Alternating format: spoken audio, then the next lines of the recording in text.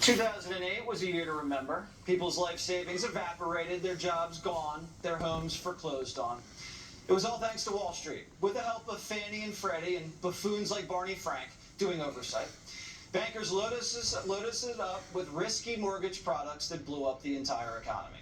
And instead of slapping handcuffs on bad bankers, Washington said Wall Street was too big to fail. And executives got their golden parachutes, while Main Street got nothing. This is America. How many of you people want to pay for your neighbor's mortgage that has an extra bathroom and can't pay their bills? Raise their hand. How about we all? President Obama, are you listening? Wall Street bet on Barack Obama, and that's still paying off. Under Barack Obama, Wall Street and Washington fell in love and never looked back. Big banks get bailed out by Democrats, then the big banks donate to Democrats. And then Democrats leave the big banks alone. Washington hires guys from Wall Street, and then Wall Street hires guys from Washington. And they all scratch each other's back. Over a decade later, they're not even trying to hide it. I wanted to let you know, Saruthi, raise your hand, Saruthi. She has been my team member for a couple of years now, but on Monday she becomes a Bank of America team member, about which she is very, very excited. So I hope you'll take good care of her and know and recognize the talent that she has shown already in our office. I'm sure she'll do the same at Bank of America. We will do that, and her father already works for us, so he'll take care of it. You should have told us. Some things will never change. Democrats have always bailed out their biggest backers. For years, if you donated just enough money to Democrats, you could do just about anything. Harvey Weinstein got away with raping women for years. Jeffrey Epstein was flying minors to Pedophile Island. Even Bill Clinton rode on his jets. We're seeing the same thing play out with this crypto mega donor, Sam Bankman-Fried, who just robbed investors in broad daylight. 1 million people woke up, their life savings vanished. Over $2 billion of FTX's clients' money, poof. Is Minnie Madoff behind bars? No, he's chilling in the Bahamas. Biden's not even trying to extradite him. Why would he?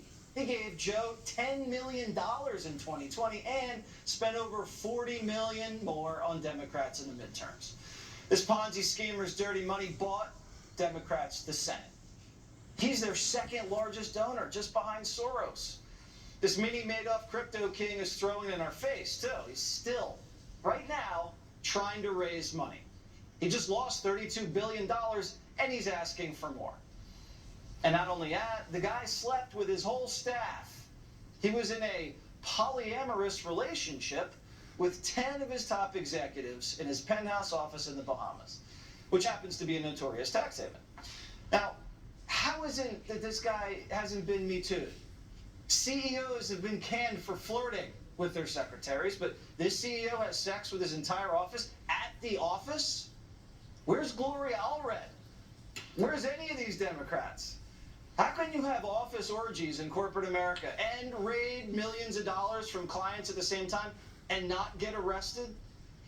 $2 billion is gone because of a guy who makes Les Moonves look like a choir boy, and the head of the Congressional Finance Committee, Democrat Maxine Waters, no relation, just doesn't seem very interested.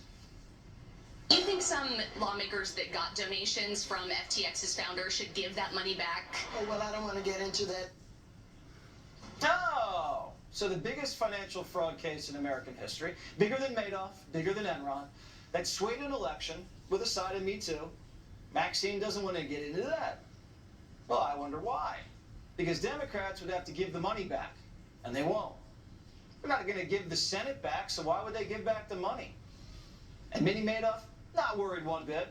He's telling the New York Times he's just been hanging out and playing video games this week. It's only $2 billion missing, no big deal. Minnie Madoff doesn't care how bad it makes him look as long as it makes the Democrats rich. He's always made that clear. What about your own legacy, Sam? What impact would you want to leave on the world long term? I don't give a about my legacy. Like, I care about the impact that I have, but, like, it's not, like, the thing I try to remind myself is, like, at the end of the day, what matters is the impact I have, not whether anyone knows about that impact. Okay. Minnie Madoff knows no one's touching him. The Democratic Party and regulators, they're all on his side. Who's the head of the SEC? Oh, Gary Gensler. Gary was just having lunch with Minnie Madoff right before he stole everyone's cash. And Gary's old boss was the father of Minnie Madoff's office girlfriend. When Gary was asked about it, he squirmed. Sam Bankman-Fried, it appears from your calendar, on March 29th, 2022 at 4 p.m. came in and actually met with you. Do you feel like you were hoodwinked?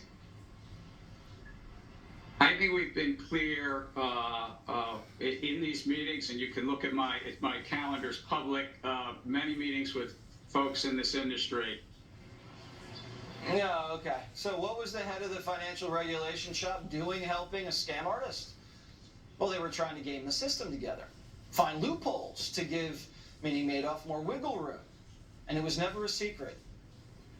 I'm optimistic that over the next year or so, we'll see some really substantial steps forward in the global regulatory environment and the U.S. regulatory environment for cryptocurrencies. You know, it's been a pretty tough struggle back and forth, I think, for a while, but I think that there's a light at the end of the tunnel there, and I think there's some sort of straightforward policy proposals that could solve for what regulators want, while also allowing cryptocurrencies to really grow. So Minnie Madoff had a grip over the whole system. He had regulators and Democrats in his back pocket, and the only thing that got John Fetterman of crypto shaking in his boots was when people asked him who exactly was getting all of this money. So, in the end, I want to do what's right for the country. You think every money you spend in politics should be disclosed publicly? Are you comfortable with that? If there was a norm where every dollar that everyone donated in politics was to be disclosed publicly, I would have a lot of sympathy for that. I think I might support it. I haven't thought carefully about it enough to know. But Well, it sounds like what you're saying is maybe there's some donations that you have made that you wouldn't make if you knew they were going to be immediately public. So, I think I don't generally think about it that way. Why is Minnie Madoff shaking? He's shaking. No one shakes when they get interviewed by Chuck Todd. Chuck Todd's not asking tough questions. He knows he's a scam artist. He's shaking. As long as you never give up the names, the Democratic Party and regulators, they're going to have your back. We saw it in 2008 with Wall Street. We saw it with all of these mega donors that Democrats turned a blind eye to. And now we're seeing it with a crypto fraudster, the guy who just robbed 1 million people, donated to the Democratic Party, and is still walking a free man. Fox Business